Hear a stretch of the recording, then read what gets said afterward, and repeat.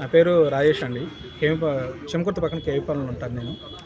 ఇక్కడ మన సంక్రాంతి ముందు రోడ్డు కొంచెం బాగానే ఉంది, అక్కడక్కడ గతుకులు ఉంటే దాన్ని తీసేసి కొత్త రోడ్డు వేస్తామని చెప్పి అన్నారు.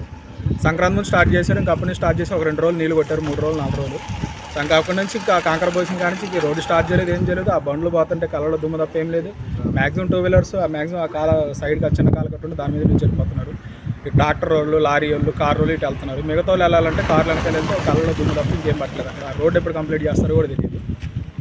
అట్లా దుమ్ము అట్లా పక్కన పొలాల్లో దుమ్ము పడిపోతుంది. ఇట్లా షాపులు ఉన్నాయి, షాపుల పక్కన టీ తాగాలన్న దుమ్ములు పడిపోతుంది. ఏది కరెక్టే లేదు. సుధాకర్ బాబు గారు ఎమ్మెల్యేగా ఉన్న టైంలో మన సంక్రాంతి అప్పుడు చేశారు ఇది. ఆయన గారికి ఓట్లు వేసాము, అప్పటి నుంచి ఆయన జనాల దగ్గర తిరిగింది కూడా లేదు. ఆ రోడ్లన్నీ వేద్దాం అనుకున్న రోడ్లన్నీ ఇలాగే అయిపోయింది. ఇక్కడ నుంచి 5 కిలోమీటర్ల దాకా ఇక్కడ కేవీపాలెం మొత్తం దుమ్ము కంకర చేశారు.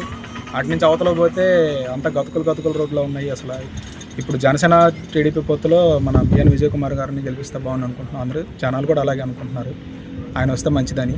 ఆయన ఆల్రెడీ ఆయన వ్యక్తిత్వం గురించి తెలుసు, మంచి వ్యక్తి అని తెలుసు.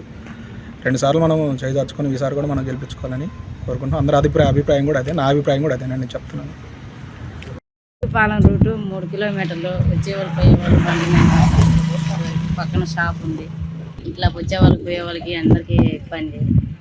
మధ్యలో ఆపేశారు, పేసి కూడా ఇప్పుడు ఎట్లయినా 6 నెలలు 7 నెలలు అవుతుంది. ఈ సోపులోకి నిండిపోతుంది దుమ్మంతా. మెయిన్ వాళ్ళు ఇబ్బందులు పడుతున్నారు, పోయేవాళ్ళు వచ్చేవాళ్ళు. కాకు వాళ్ళు అందరూ ఇబ్బందులే పడుతున్నారు. బండ్లు పోయడానికి దారి కాదు, ఆకు పొలం వేసుకుంటున్నారు కదా, పొలాల వాళ్ళకి ఇబ్బంది కదా. మరి దుమ్ము వల్లే పాడైపోతుంది. 3 కిలోమీటర్లు 6 నెలల నుంచి.